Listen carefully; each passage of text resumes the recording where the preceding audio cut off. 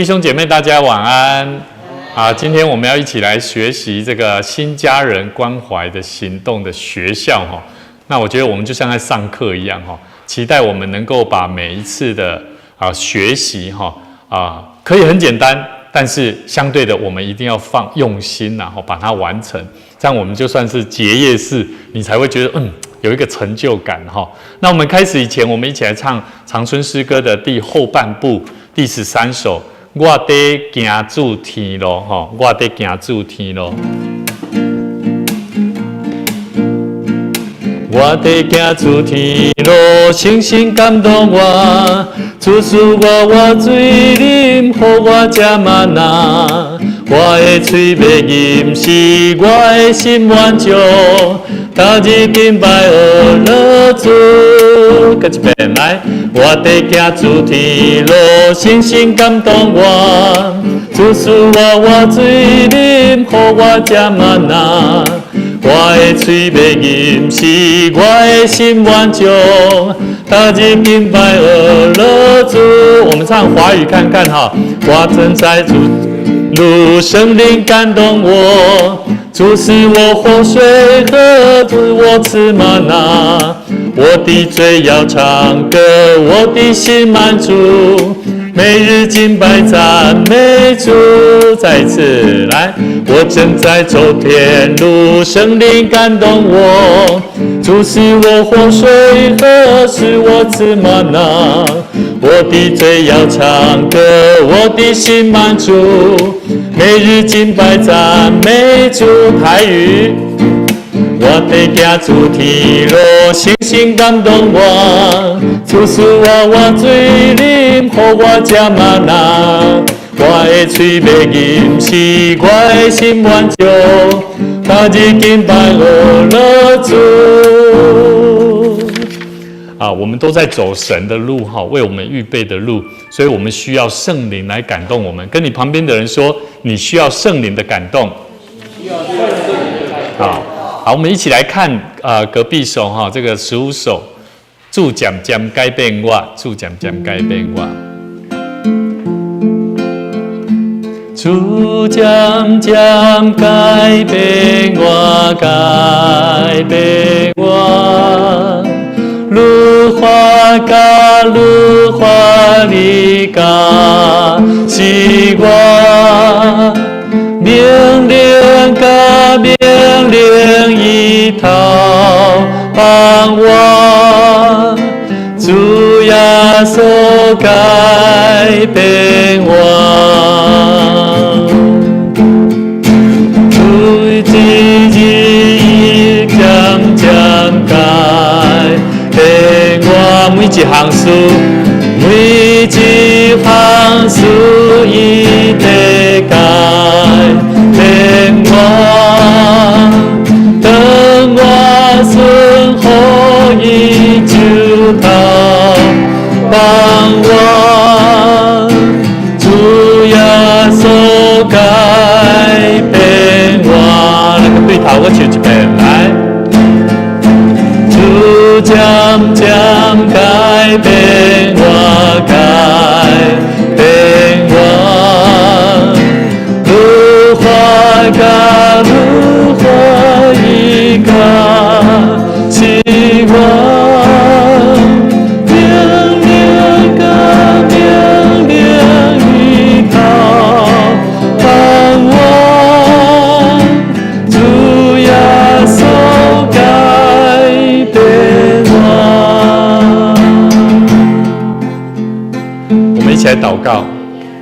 主耶稣，我们谢谢你，感谢你，让我们能够学习，要一起来上新家人关怀学校所认识。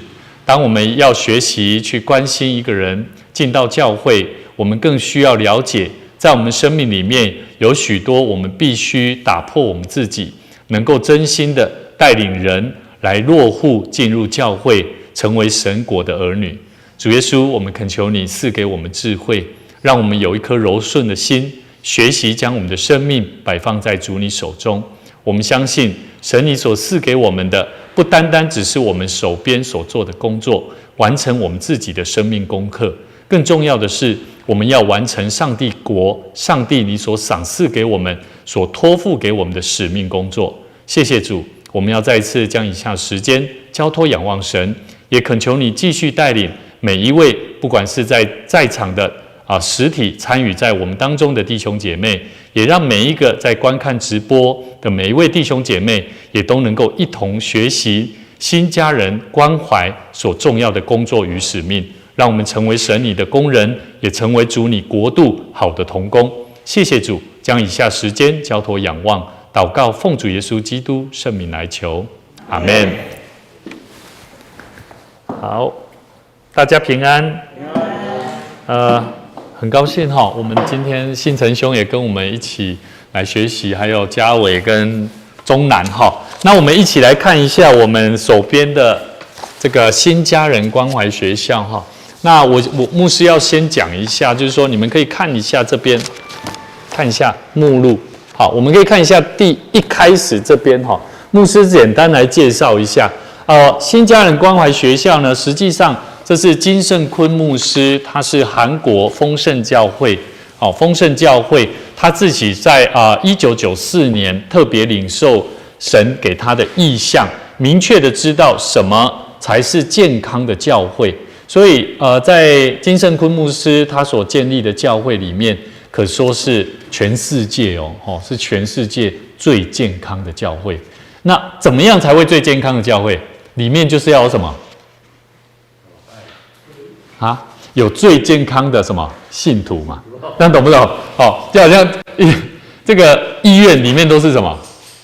里面不会是健康的人，但是里面的医生、护士就是期待照顾每一个病人怎么样成为健康的人。但是教会也是一样。我觉得我们每一个人进到教会，或许我们有很多不一样的领受。我们可能在我们自己的生命当中会有遇到很多的冲击跟困难，但是当我们进入教会，每一个人的生命就要怎么样？要不要改变？要，对不对？所以嘉伟，你来到教会，你的生命有没有改变？有，那就是祝福的开始哈。那更重要的是什么呢？我们要帮助一个人进到教会里面，最重要的是我们如何一起来学习。所以呢，在我们现在所看的，我们新家人关怀学校是在整个的双益养育系统里面呢，所谓的布道落户的第二个阶段。那为什么牧师会从落户这个部分先做开始？因为有很多弟兄姐妹都会问，然后也同工也会问说，牧师，我们要怎么帮助人进到教会，他真的能够怎么样？要不要留下来？要留下来。其实要让人留下来不容易啦。所以呢，其实我们都会传道，我们都是无形当中，我们的生命就像在讲道一样。所以牧师不先从布道做开始，因为布道有很多的概念，比较像是传道人的工作。但是不是说我们信徒不需要哦，而是目前我们的阶段，牧师觉得或许我们可以先从落户来做开始。那往后，我们以后当我们熟读圣经，甚至我们更了解，我们领受更多的意象的时候，我们可以一起来学习怎么样去做布道。所以其实在我们的小组工作，你们看一下布道，双益养育系列的布道，有没有看到它是敞开小组？有没有？有没有？那里面的关键字是什么？小组啦。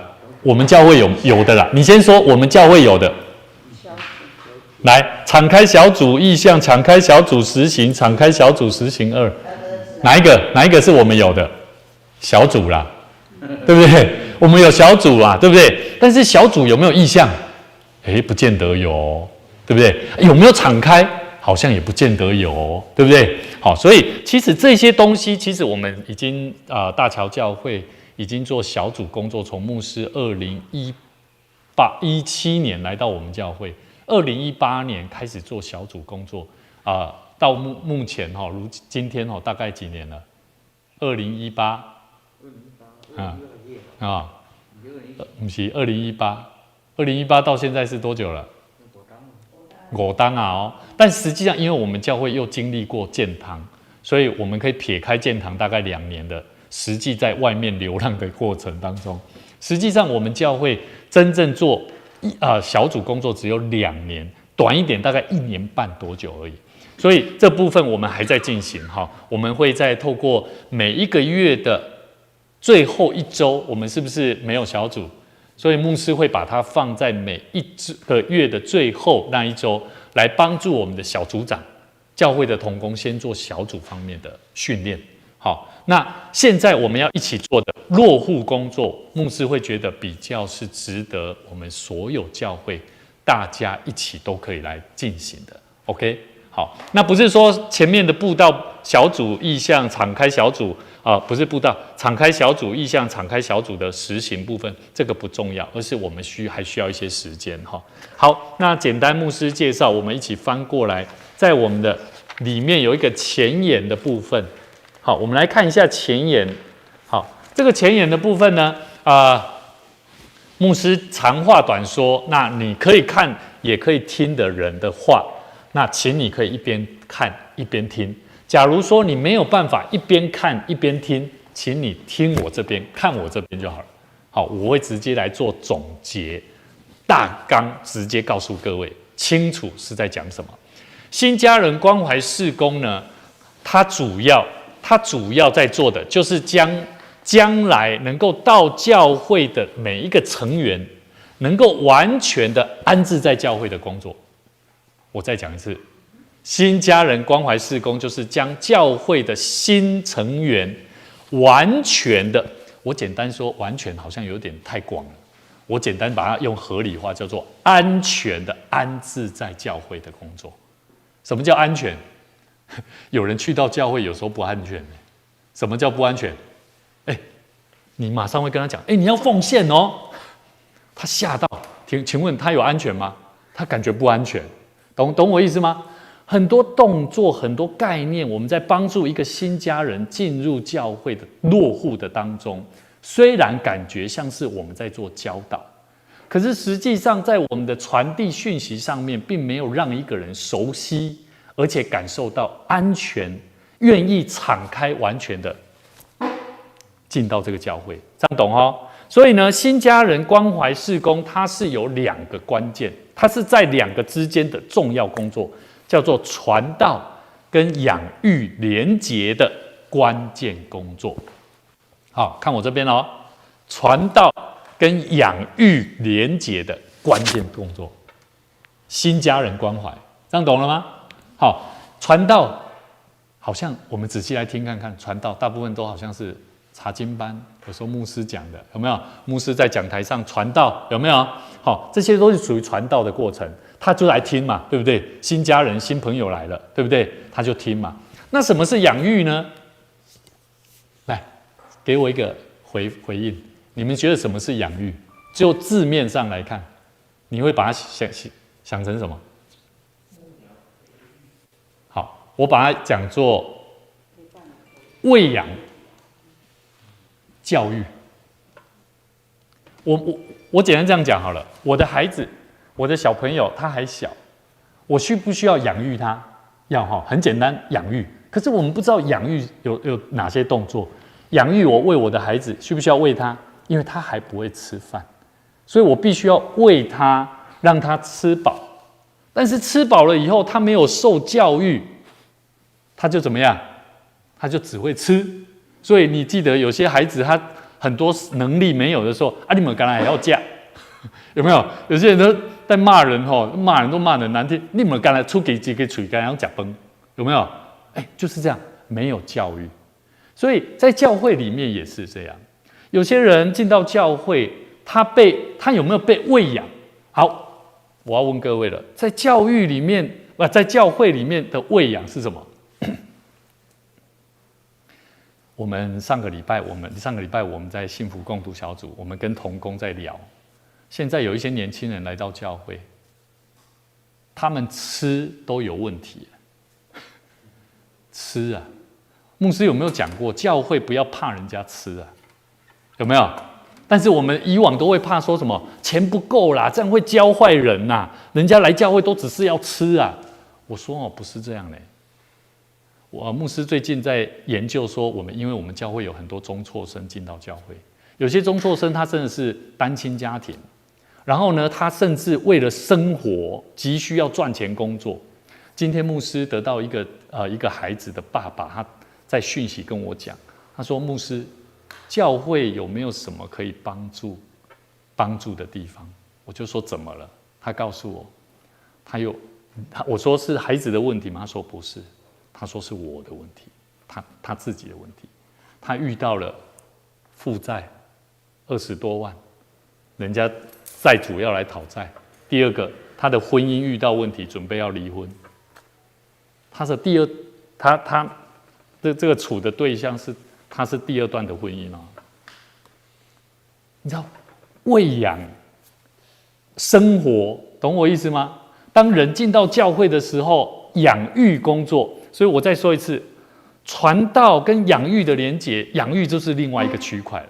可是新家人关怀事工，它就是处在这个中间，很重要的连结关键工作。一个人要让你喂养，你要请他吃饭，要给他教育，好，我在养育，我们把他请他吃饭，跟什么？跟教育，有没有教导他怎么做嘛？对不对？传道，传上帝国的福音，好，简单这样解释。这些工作都不是新家人关怀工作的，所以你去看他的前言里面有很重要的提醒哦。他说你是要花时间的哦。在荧光幕前的每一位弟兄姐妹，我们都要一起来学习这个功课不容易，因为他必须要付上代价。你必须要陪伴这个人，陪伴他一起吃饭，你要陪伴他，关心他。你有吃饱没？你有些时候你不认识他，你要想说我怎么开始跟他有话题？你吃饱没？你说我没，你跟你说我没，我还没，怎么办？信心啊！对，你要预备好哦。关怀工作就是这样。你知道我们教会厕所在哪里吗？我不知道。我这样我请某姐刚刚来讲，有问题哦。那个行动就要改变了，我们的很多方面都要开始改变。其实牧师没有做过什么叫做新家人关怀行动，我不知道这些东西，这些是文言，这些是教材。但是牧师要用口语化的，用我的经验来跟大家分享这些东西。牧师是跟大家一起学习，所以在荧光幕前的每一位弟兄姐妹，或许你可能是第一次听到，哇，这个东西看起来好像牧师讲的还可以。或许在荧光幕前有些人他们是听过更好的，但我们的重要工作是大家一起学习，所以不要渴望牧师可以讲多好。我希望是每一个人是实际的去认知你自己怎么投入在教会的关怀行动上，来帮助你的教会，或许大桥教会每一个新朋友能够真实的落户在我们教会。所以你在我看到那个第3段，新家人关怀事工的核心目标是什么？把它圈起来，落户。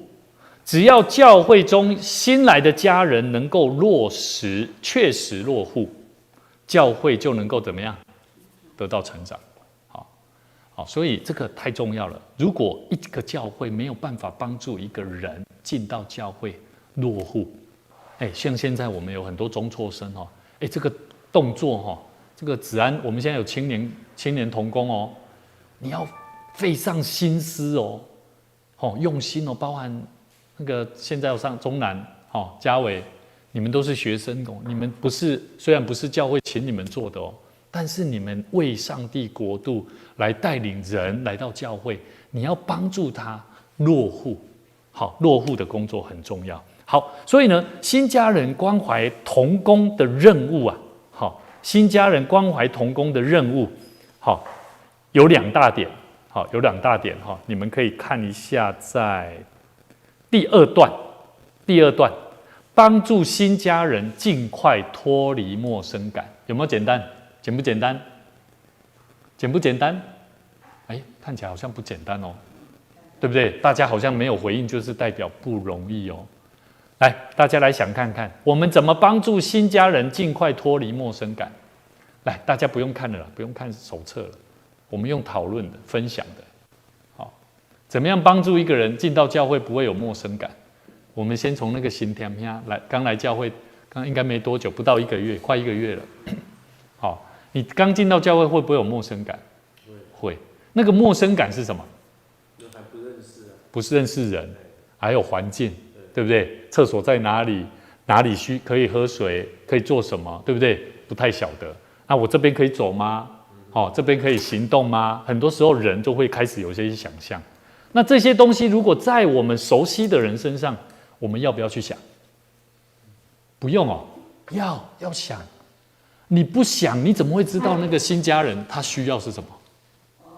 因为你一直都放在存在着啊，我就说谢了哇，怎样哇，我能做谢了呀。但是你不会去 care， 你不 care 那个新家人他的需要，这样懂吗？我觉得福音工作我们需要 care 这个东西。好，所以呢，我记得好像第一次新娘他来，你知道他做的是眼角膜的手术，对不对？眼角膜手术嘛，视网膜。好，视网膜的手术必定需要什么？来，休息。可是他人就来教会了，你怎么让他感觉舒服？好，第一个，你有没有发现他一开始来的时候？不好意思，牧师举例哈，新天兄他是完全没有遮盖他的手术的眼睛哦，为什么？来，大家想看看呢？为什么他没有戴？可是实际上他是需要戴的。他怕引起有人对他特别的注意。所以他怎么样？他选择了尊重教会，尊重很多人。会不会用这样的异样的眼光看他自己，或者是影响别人，对不对？可是，在我们他本身就已经有陌生感了。对我们而言，我们应该要怎么做？主动做什么事？关心啊？怎么关心？嘿，好，我现在问新天兄哈，新天兄，你也记得第一次你要离开的时候，牧师跟你说什么？有时候就带着没用墨镜。我直接跟他讲说，新天兄啊，你这应该爱戴墨镜哦。好，你后摆下次你就直接带来，不要怕，不用担心，也不要觉得不好意思。这就是帮助他怎么样，让他整个的心的陌生感会完完全全放下，把这里当作就像他进到家里面自然。所以帮助新家人尽快脱离陌生感，第一步，这是新家人关怀同工。来跟你旁边的人说，你是好同工。你是好同工。是新家人关怀的好同工哦。知道不？我们都是这个同工，我们都需要帮助这个新家人。所以你们有没有记得礼拜6的时候，我们在礼拜天我们唱圣歌队的时候，有没有一个新朋友？有没有？那牧师做什么动作？长子同工，你们都忘记了哈。礼拜天的时候啊，唱完圣歌队的时候，练习完的时候，牧师走到你们面前说什么？你已经被赞美啦。不是，你迄个时候你无拄到。我对咱在座的中就讲哦，猫咪人哦，这是什么人哦？为什么要这样做？因为在很多人进到我们大桥教会，我们以往都是什么？我们都是疏于关心新朋友，招呼，这招呼最重要。所以我书包跟人讲过哈，长子，我们教会一定要先从长子开始。现在跟你旁边的人说，你也要一起加入。意思就是说，不是只有长子了啦，这样懂吗？是每一个人都要这样啦。中南。你要不要？你不要选择，就牧师问你，就是说你也要，懂了哈？假如有一些学生，他看起来好像都很凶，现在学生都讲了8、9，你不要怕，你就是要把你的心敞开，怎么样？因为他陌生，你就是介绍帮助他。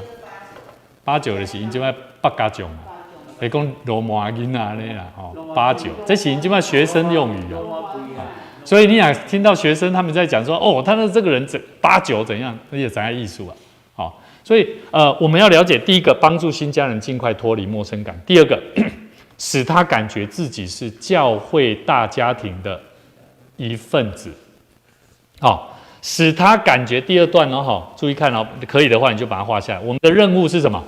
使他感觉自己是教会大家庭的一份子。好，要怎么样？要记得哦，我们现在 ，Hello， 注意哦，我们这个工作哦，新家人关怀同工，你我都是这个同工。我们这个同工的关系是，我们是帮助这个人。这个新朋友跟教会做连接，所以我们是什么？我们是桥梁。假如这个人他跟你关系没有办法有看到，可是就好像那个断掉的桥一样，请问他过得去吗？他有办法过去吗？好，简单讲，告回你家，这个人新朋友你家，上帝把我们放在这个重要搭建桥梁的这个重要的位置，请问我们要不要扮演好这个角色？搭桥的角色要。现在我们在讲的福音，我们都知道，可是这个搭桥的工作，我们需要认知清楚。新家人关怀同工的任务就是这两个，这样懂了哈？我们现在讲的是同工了哦。不是新家人关怀哦，你要知道我们是关怀新家人，就这么简单。这样了解了哈，感觉好像上完了，对不对？好，但是有很多态度问题，我们就是要来上这个。好，来，我们继续看下去哈，我们一起翻过来。第一个，今天我们要一起来看新家人关怀事工，到底事工是什么？他的事工到底在做些什么？好，我们一起来看一段圣经节哈。以弗所书第4章，好，以弗所书第4章第11节到第16节，翻开圣经新约哈，新约以弗所书第4章，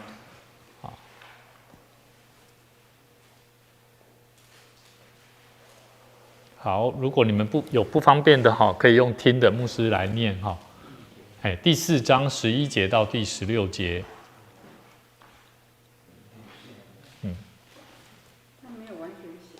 对，他没有完全写，但是我希望带大家一起来看。好，那我们在直播里面的弟兄姐妹，我们的直播的影片里面哈，我们都会把新闻放上去，我们也可以一起来看。好，以弗所书来，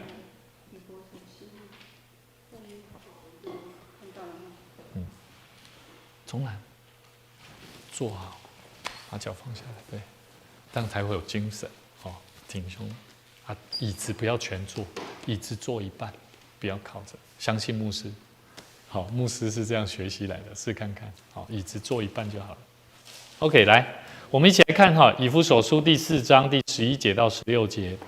他所赐的有使徒，有先知，有传福音的，有牧师和教师，为要成全圣徒，各尽其职，建立基督的身体。只等到我们众人在真道上同归于一，认识上帝的儿子，得以长大成人，满有基督长成的身量，使我们不再做小孩子，中了人的诡计和欺骗的法术，被一切异教之风摇动，飘来飘去，就随从各样的异端。唯用爱心说诚实话，凡事长进，连于元首基督，全身都靠他联络得合适。百节各按其职，照着个体的功用彼此相助，便叫身体渐渐增长，在爱中建立自己。好，这里讲到他所赐的有什么？使徒、先知、传福音的牧师和教师。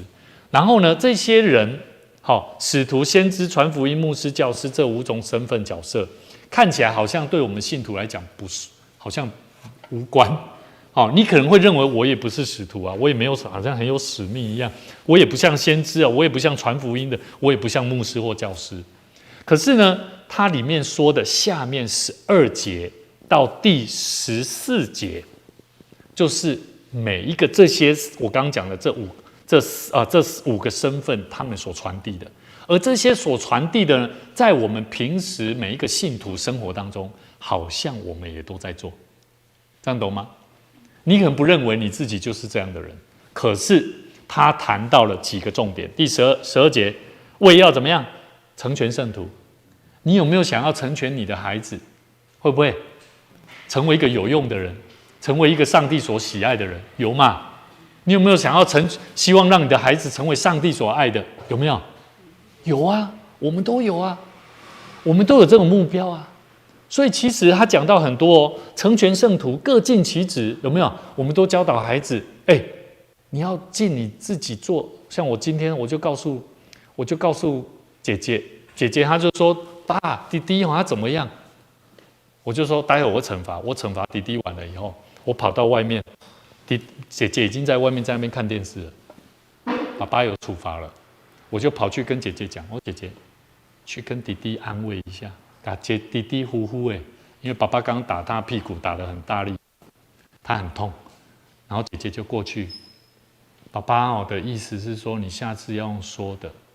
他讲完了又要走了，我说不对，还可以给他呼呼好，教导他各尽其职。你是姐姐，不是说你教弟弟说错了就告诉爸爸而已，而是你要尽到你做姐姐的本分，去爱他。甚至爱人要爱人如己的心，各尽其职，有很多的工作，建立基督的身体，有没有？是嘛？对不对？只等到我们众人在真道上同归于一，有没有？我们每一个长子，每一个信徒，不就是期待这样吗？认识上帝的儿子，有没有？有啊，得以长大成人，满有基督的长成的身量，有没有？都是啊。其实我们都在做的，都像是这些工作。所以你不要说你不是使徒，你也不是先知，你也不是传福音的，你也不是牧师，也不是教师，不要这样说，因为在你心中，我们其实都知道什么是好的、对的。好，所以呢，后面第15节就是方法了，怎么做？爱心说诚实话，有没有？我们也都在教啊。方法，爱心说诚实话，凡事长进，连于元首基督。我们有没有时常在认罪悔改？有没有？为什么要认罪悔改？毛长老，为什么要认罪悔改？嘿，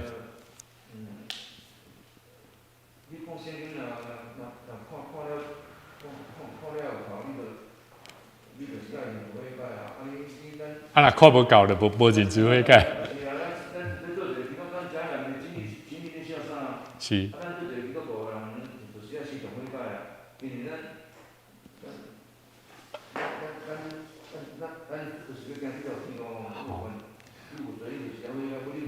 牧师简单甲咱讲，我认为，什么叫做认罪悔改？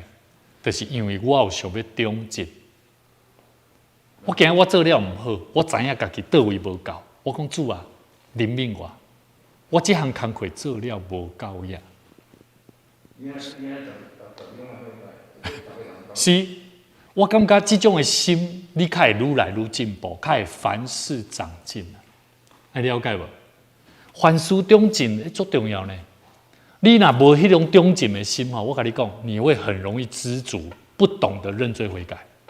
真的啊，我一直在想我认罪悔改完了，我为什么明天还要再认罪悔改？你就圣人了啊，不是吗？可是为什么我们要认罪悔改？因为其实我们要知道自己是软弱的。你唯有知道自己是软弱的，你才会更加的越来越成长。当你愿意越来越成长的心，这才是真正会愿意谦卑的心。好。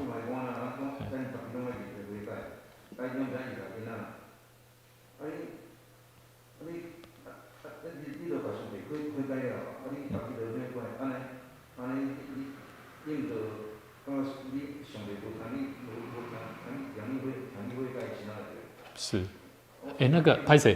子安，如果我们有人发言或问题的时候，你拿那个麦克风给他，好，因为我们有做直播，那有些时候内底伊听不到，到底什么人在问，现在无书底下在听，都无回答，伊唔知在在回答啥，在问什么问题，好，所以呢，我感觉这个毛长老有讲到这个是关键，有很多信徒认为我已经有认罪悔改了，我何必再每天还要认罪悔改？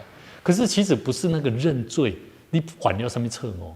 是你有想要长进的生命无？上帝给咱的生命有一口气伫咧，你无要成长，你也做讲我钱赚够啊，你无要搁讨赚啊，对无？你已经有啥，有车，有囡仔，有啥，你都无要成长啊，安尼唔对啊。所以我认为，活到老学到老，甚至你会当去工作创啥，我拢感觉真好，祝福，这拢是一个真好的，生命会当继续为主做工。伫无共款的所在，你拢会当祝福人哦。所以学习成长，凡事中进，就是你若有法度通认罪悔改，你会谦卑呢，人会谦卑落来呢。甚至你也愈知影要安怎跟耶稣基督做建联的关系呢？什么叫做连于元首基督啦？你也知影讲，我以耶稣基督做我的元首，好，做我的头，好，全身都靠他联络得合适，好，百节各按其职，照着个体的功用彼此相助，便叫身体渐渐增长，在爱中建立自己。好，新家人教会新家人关怀事工是什么？我们现在要一起来看哦。它特别的经文我们手边的经文，它只有用第11节有没有？还有最后一节16节有没有？好，我们都是什么？我们都是肢体，都是基督身体的什么？肢体。好，口，来，我再讲一次哦。看我这边哦，我们都是肢体哦，什么意思？口说话，它是代表口而已吗？手做事情是代表手而已吗？譬如讲，我摕一项物件摕互你，人甲伊问讲，迄什么物件？哦，迄是吴委员伊的手摕互我的。你敢安尼讲？袂吧？你了解我意思无？我会讲，迄是吴委员摕互我的，了解无？迄是某咪人摕互我的。代表是啥？你的嘴所讲，你的心所想，包括你的手所做，拢是一个代表你这个人。同款，咱的教会出去，我今日接到一个，我邀请这个对面一个咱一个兄弟讲这会来参加亚瓦礼拜，他就刚好跟我讲说，牧师，我前几天看到这个我们的2个学生在外面抽烟，那我就顺便告诉他，这些孩子需要关心。我并不是单纯的就说好，谢谢你告诉我，我再来跟他讲。我不是，我觉得抽烟没什么，不是抽烟不好，抽烟可以抽，不是这个意思。我是说这个孩子，因为他这个事情，因为他们不了解、不懂的，所以呢，各位弟兄姐妹，我们要知道，我们都是肢体，都是什么？基督身体的肢体，把那个基督身体把它圈起来。你要去看懂他在写什么，不是那么简单呐。你会说我是基督徒，可是你偏偏都不表现出来的动作都不像教会的基督徒啦，了解吧？懂吗？你现在你有去教会吗？你是哪一间教会的啊？大声一点啊，有信心啊，懂不懂？我是大桥教会的，懂不懂？那就信心。我代表的是什么？不仅是大桥教会的，我是耶稣基督的身体。我代表的是，我是上帝的子民，我是他的工人，就像肢体一样。我的手在做工，我是代表的是上帝的爱，上帝的能力在我身上。所以我做工可不可以随便做？我爱人的心可以随便吗？可以吗？不行啊！每一个肢体，每一个眼神，每一个事情，你都要为主而做啊！这个意思是这样。所以他说，我们都是肢体，都是基督身体的肢体。好，所以呢，一个肢体的功用，全身体都怎么样，就是一起动作了。好，我告诉你这是真实的。最近牧师感觉我的目睭视力有些问题，我感觉明明那个配起新的目镜目睭嘛是怪怪。结果我去查了一下，原来开始自己有一点老花了。真的我必须要有些一个距离我必须要稍微拿下来，要远看。才看得清楚我终于知道什么叫做一个肢体，一个肢体是会影响整个全身啊。因为我目睭看不到，这个目睭的肢体它没有办法发挥最好的功用的时候，影响到的是我的办事效率，影响到的是我的判断性。所以你还记得在教会内底，你茫亚做讲无人看，无人知影，但是牧师拢做了解咱每一个人上帝拢知影咱咱是伊的肢体。我们既然是肢体，我们就是基督身体的肢体。记得我们是基督身体的肢体。肢体需不需要帮助？需不需要？需不需要？来，我最近阮乔恩吼，伊的手吼，敢若袂晓抓，伊的拇指袂动，伊拢安尼刻，安尼搞。咱得安那拉开，帮助他，对不对？伊即摆咧做早疗，物理治疗师就会甲伊的骹敲，互伊正常的运动，知影要安怎施力。新家人进到教会，我们需不需要帮助他？要，这样有没有清楚？新家人的关怀就是课程，就是要帮助各位能够更敏锐自己在看到比较不熟悉，甚至刚进入教会的人，你要怎么去了解他的需要？好，你的敏锐度要提高了哈。第二个，我们看这段圣经节，他讲到什么？每一个部分需要怎么样？他讲到一个重点哦，怎么样？第二个，每一个部分需要怎么样？各尽其职啊，才能怎么样？帮助身体适当的活动啊。所以哈，有一次我们同工说啊，我说这免讲啊，这免咱就是少年人就是爱安怎，本来就爱晓安尼。我讲你若无教，伊哪会晓？我们没有尽到我们的职分去教导的时候，他怎么会？要搞我意思吧？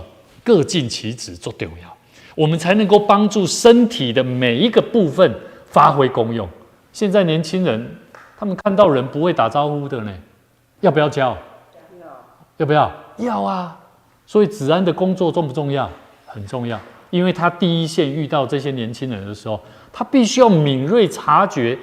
当这些学生进到教会的时候，看到牧师的时候，他就要有敏锐度了，他就要知道说，你们怎么都没有叫牧师，就要教啦，要打招呼，你要用什么方式去教导，这就是一个工作。当我们看到孩子他进到教会来的时候，他不懂得怎么样去，或许连长者都会认为说，拢在看，我看你当时要不要叫，真的啊，可能就会认为说，这囡仔真正真害，爸母拢无在教。我们要改变方式了，我们要怎么样？他可能不认识我，他会害怕。我说，中南，我认识你哦，我是教会的牧师，我是教会的某某长老，你认识我吗？你知道我吗？你最近怎么样？好不好啊？他会怎么样？他听你这样讲话会怎么样？会不会舒服？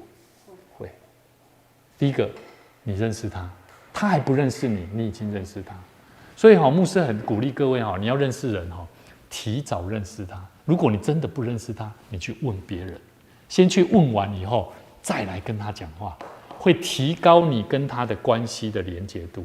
这样懂这个方法很重要好，还有一种，我们在小组里面有些时候会发现有新朋友，可是我们真的有时候真的记忆力不太好，可能礼拜的时候刚报告完，那一个人名字马上忘了，对不对？可是，在小组的时候怎么办？想看看，我们在小组的时候，这个新朋友就加入我们的小组了。可是我忘记他的名字怎么办？牧师都怎么做，你知道吗？不是，请他自我介绍，就是人家就看清你有一些长老刚刚已经报告完了，你还叫我自我介绍，不是吗？对不起，我说的意思就是说，你所谓的自我介绍，就是说我们可以请他再多介绍一下。可是有可能会怎么样？他不会讲他的名字他会讲他家里有几个人怎么样，讲到最后你还是不知道他名字那怎么办？其实我告诉你，你可以怎么样？偷偷跟你旁边的小组员或者是用写小纸条请问他叫什么名字？然后他就旁边的人帮你写一下。这个就是互相的关系我们这个各尽其职大家互相连结，这个很重要了好，所以呢，我们16节说什么？全身都靠他联络得合适，百节各按各职，照着个体的功用彼此相助了好不好？我们大家互相彼此帮助，让我们这个身体能够怎么样渐渐成长。像我们也感谢神带领这个老师。历史老师呢？心甜飘，我干嘛？我从小就很敬佩这种历史老师，为什么？对，然后我对历史的概念，牧师其实坦白讲，我从以前对历史就不是很喜欢，因为我讨厌历史，因为每次历史都记不得。可是我现在当牧师不得不去认识很多历史。历史都是历史有很多智慧，历史有很多的生命的经历。好，所以呢，我们要了解，当彼此互助当中，我觉得上帝就会让我们的身体怎么样？渐渐增长，在爱当中建立自己。好，所以呢，我们继续看第3点。我们今天的经文告诉我们，新家人关怀联合建造教会的事工。注意新家人关怀这件事情是联合建造教会的事工。好，你要把它画底线，你可以用不同的方式把它画下来。好，我们一起来看一下帖撒罗尼迦前书第5章。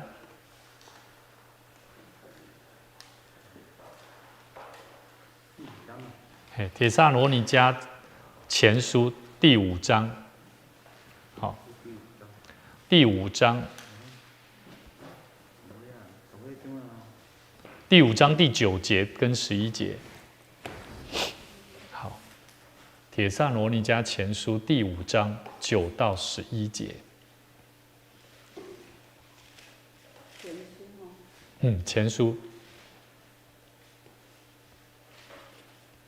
你从3、4节，从第3节、第4节，我先带大家一起来看第5章第3节人正在说平安稳妥的时候，毁灭性的灾祸就突然临到他们，好像生产的痛苦临到怀胎的妇人一样，他们绝不能逃脱。意思在讲啥？人做平安你就算你更加富裕弄有灾难都会有灾难。可是当灾难来的时候，没有一个人可以逃脱了。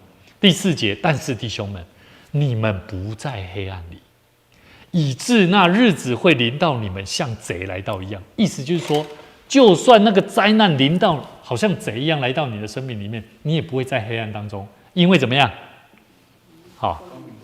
对，因为只要你们是光明之子，我们就不属黑夜的。好，那我们一起来看第9节。第9节，因为上帝不是定义要我们受刑罚，而是要我们借着我们的主耶稣基督得着什么？得着救恩得着救恩。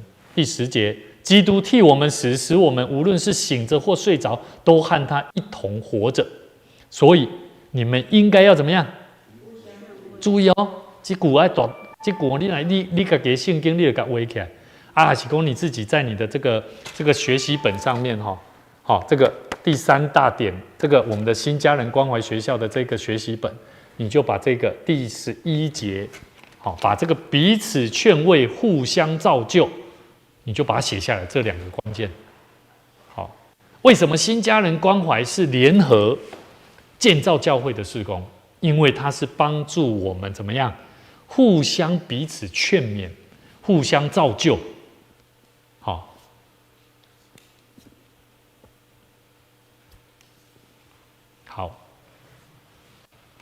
这就是新家人关怀事工很重要的一个概念。第4点，新家人关怀事工是什么？新家人关怀事工是帮助教会完整及完美的事工。来，把那个完整跟完美的事工把它画下来。它是帮助教会完整跟完美的事工。来，听到这边我想要问各位，你们现在感觉怎么样？有没有对新家人关怀事工它的重要性，有没有比起你在听个讲道还要来得重要？单纯听讲道，注意我再讲一次，有没有比起你单纯在听讲道还要来得重要？有。甚至会帮助你在服侍神、服侍人当中，会提高不同的层次面。最后一个，新家人关怀事工是传道养育之间的重要环节。这我们刚刚有提到。所以呢，我们真的是需要怎么样？不是只有告诉他一个人说你要怎么做，怎么成为一个基督徒，受洗，转会籍，譬如说现在这个新甜香对不对？最近我们开始在想说，鼓励我们的信徒能够，假如说你已经在大桥教会，我们期待他能够落户在我们教会。其实我觉得我们要付上很多时间的关怀哦。好，倒不是什么，倒不是说他的会籍移来这里，然后帮他签一个资料，这样就 OK 哦。牧师比较期待的是什么？不是像那一种传道跟养育的关系，因为那个东西只要他透过我们的关怀，这些动作他自然而然就会怎么样？他就会自己去寻求神。好，他知道怎么去读经，听牧师的讲的道，然后呢，在我们彼此牧养当中学习成长。好，所以我觉得关怀是真的很重要。这个关怀的动作如果没有做好，你说要让他来听牧师讲道，我们牧师多么会讲道，或者是说谁小组工作多好，我跟你讲都没有用。就好像牧师所讲的，这个人如果没有进到教会，你再想再多都是多余的。好，所以期待我们一起学习。那对哈，那个子然牧师那个影片好像也没办法放，对不对？呀，因为我们这边设备的关系。呀，是。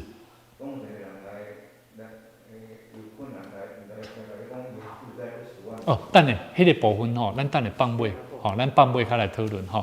好，啊，讲对这个部分吼，新家人关怀事工有没有还有没有什么问题？我们接下来我们每一次的上课，我们会用一段一段，牧师会针对某一个部分，我先整理完，然后我会段落性的，因为它其实非常简单，但实际上它有很多的内容是需要多一点我们实际在教会的操作。跟我们彼此的讨论，那牧师是用实际的操作跟大家的关系、服事的关系，还有我们的前瞻的愿景，我们可以一起做一些讨论跟结合，那帮助各位能够更加的善加运用。那也期待，当你在运用关怀的过程当中，做同工当中，牧师期待我们每一个礼拜都可以分享你在关怀当中的时候遇到什么问题、困难，我们可以一起在会后或者是会前，我们就一起用祷告。来经历神、经历圣灵的大能，好不好 ？OK， 好，安尼有啥问题？那么我们一起来做一个祷告，好，我们一起来祷告。慈悲爱我们天父，我们向你献上感谢的心，愿主你的灵充满我们的心，帮助我们，好叫我们的生命能够真实的学习主你的样式。主耶稣在我们生命里面，我们需要不断的突破我们的生命，因为我们知道，在我们的生命，在教会里面。我们不仅领受神你丰盛的恩典，我们更期待能够带领更多的人，当他们进到教会的时候，让他们学习敞开他们的心，透过我们的关怀，帮助他们熟识我们所居住的环境，也是属神的殿，是祷告的殿，是充满爱的地方。求主你也继续带领我们，让我们成为教会的一份子。我们学习把我们的心敞开，不仅在大桥教会，在我们所属的教会里面，我们学习做一个帮助新朋友跟教会好的桥梁。我们相信，我们就带有使命，为主你做美好的征战。求主你继续带领我们的教会，在前面的道路上，我们需要透过更多的祷告，更多的经历圣灵所带给我们生命的盼望跟感动，好叫我们的能力能够不断的活出健康的生命，为主你而活。求主你继续带领我们，让你的教会每一位弟兄姐妹，我们一起来学习关怀的行动，做一个好的同工，为主你一起做好的同工，征战的勇士。谢谢主，我们将我们以下时间交托仰望，愿主你与我们同在。祷告奉主的名来求，阿们。大家在每周三晚上8点到9点，我们一起来学习新家人关怀学校的事工。